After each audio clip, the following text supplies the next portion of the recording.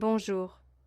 Aujourd'hui, je vais vous raconter une histoire, celle d'une femme que sa famille prend pour une ratée, jusqu'au jour où un geste impulsif révèle au monde entier qui elle est vraiment. Je m'appelle Emma, j'ai 32 ans et je dirige une division chez SafeMind, une entreprise de pointe en intelligence artificielle. Ce matin-là, sur la terrasse de l'hôtel Saphir avec vue sur la mer, ma mère Caroline a crié « Égoïste !» comme si c'était une scène de théâtre. Dans sa main, la petite cafetière en céramique a basculé. Pas une goutte. Un flot de café brûlant s'est déversé sur ma tête. Il a mordu ma peau, coulé dans mon cou, alourdi mon sweat gris.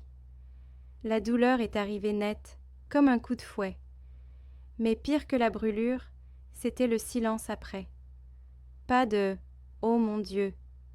juste le rire. Mon frère Noah et ma sœur Léna avaient déjà leur téléphone levé. Les petits points rouges clignotaient. Je suis restée assise, le café goûtant de mes cils. Quelque chose a cliqué en moi, net et définitif. Ce pont n'était pas brûlé. Il était dynamité. Je me suis levée, sans essuyer mon visage, sans regarder Caroline qui haletait, bras croisés, attendant des excuses qu'elle pensait mériter. Mes bottes ont claqué sur le marbre, chaque pas un rythme que je me dictais. Dans la salle de bain, j'ai verrouillé. Devant le lavabo, mon reflet. Cheveux collés sombres, peau rougie, prête à cloquer. L'envie de hurler grattait ma gorge. Puis, j'ai vu mes yeux, secs. Si je crie maintenant, je leur donne du matériel. Si je pleure, je leur donne la victoire. J'ai pris des serviettes en papier, tamponné mon cou, gardé mon visage immobile. Quand je suis revenue sur la terrasse, l'air vibrait comme un câble tendu. Noah souriait, téléphone toujours braqué. Léna tapait furieusement. Caroline se tenait comme si elle avait rétabli l'ordre. Je ne me suis pas rassise. J'ai sorti mon portefeuille de la poche mouillée de mon sweat et posé 4 billets de 20 € sur la nappe blanche. Ma part d'un petit déjeuner que je n'avais pas touché. Je les ai lissés, comme un accusé de réception, et les ai laissés près de la tasse vide. Puis je me suis retournée. « Vas-y, cours !» a crié Noah. « Pleure dans ta voiture !» Je ne courais pas. Je marchais droit, sans un regard en arrière, sans un mot. Le silence que je leur laissais pesait plus lourd que n'importe quel éclat. Dehors, ma vieille Subaru m'attendait, cabossée de 10 ans, sentant le café éventé. Mes mains tremblaient sur le volant, pas de peur, mais du contre-coup. J'ai roulé hors du parking, pris la route côtière, puis l'autoroute. À chaque kilomètre, leur rire rapetissait.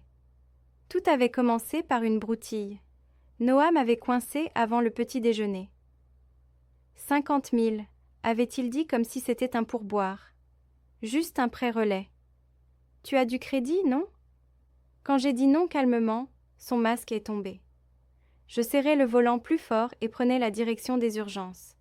Dans ma tête, tout s'organisait déjà.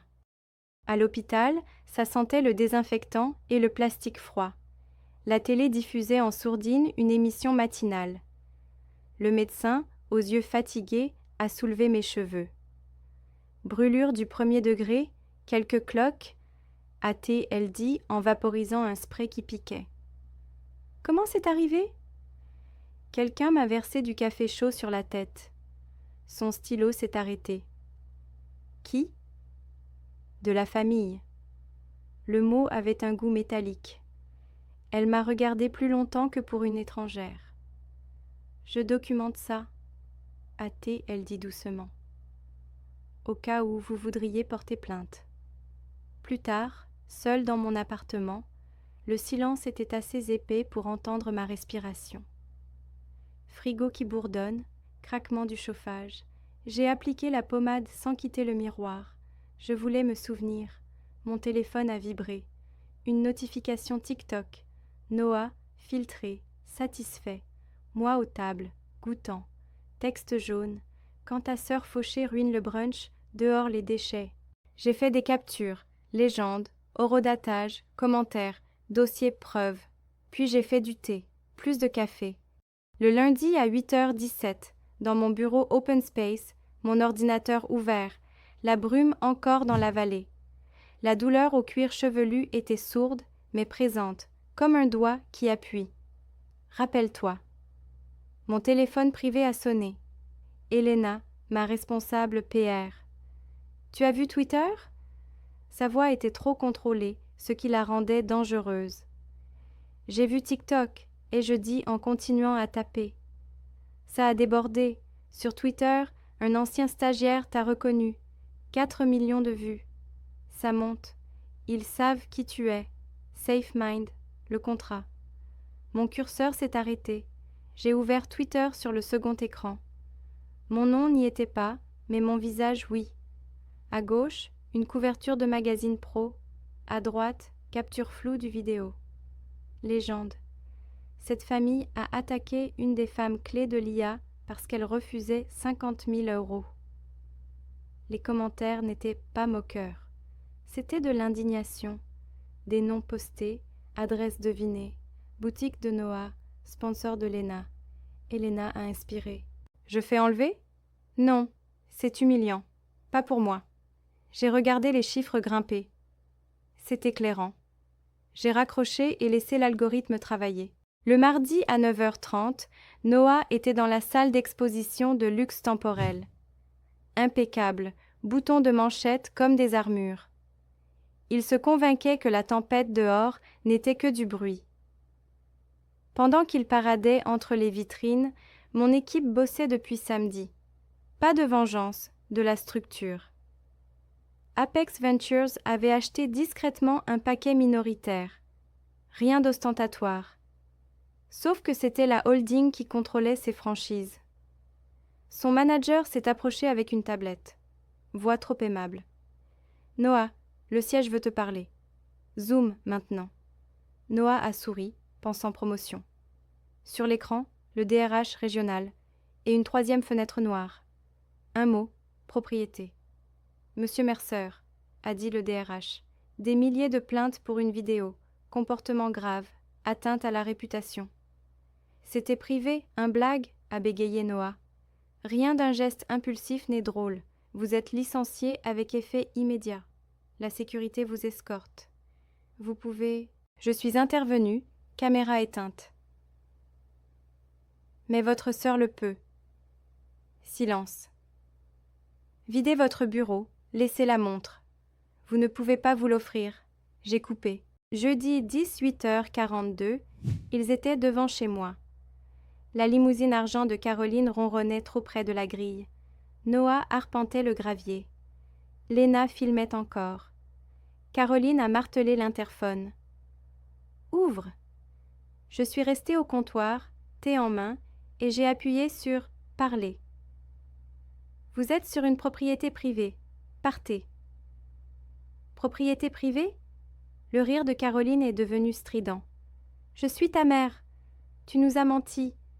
Tu nous as fait honte. » Noah s'est penché. « Tu me dois mon job.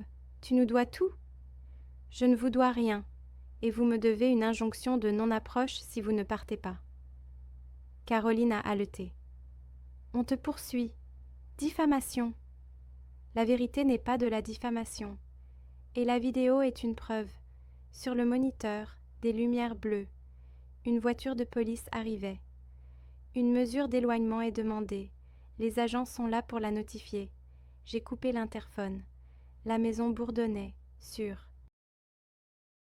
2 semaines plus tard, une sorte de poussière couvrait leur ancienne vie. Noah était invendable localement.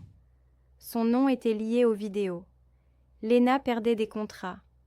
Caroline restait chez elle, car son monde était fait de regards, et chaque regard jugeait maintenant.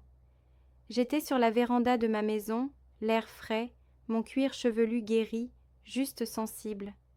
Mon chien dormait, tête sur mes bottes. Le téléphone a vibré. Numéro inconnu.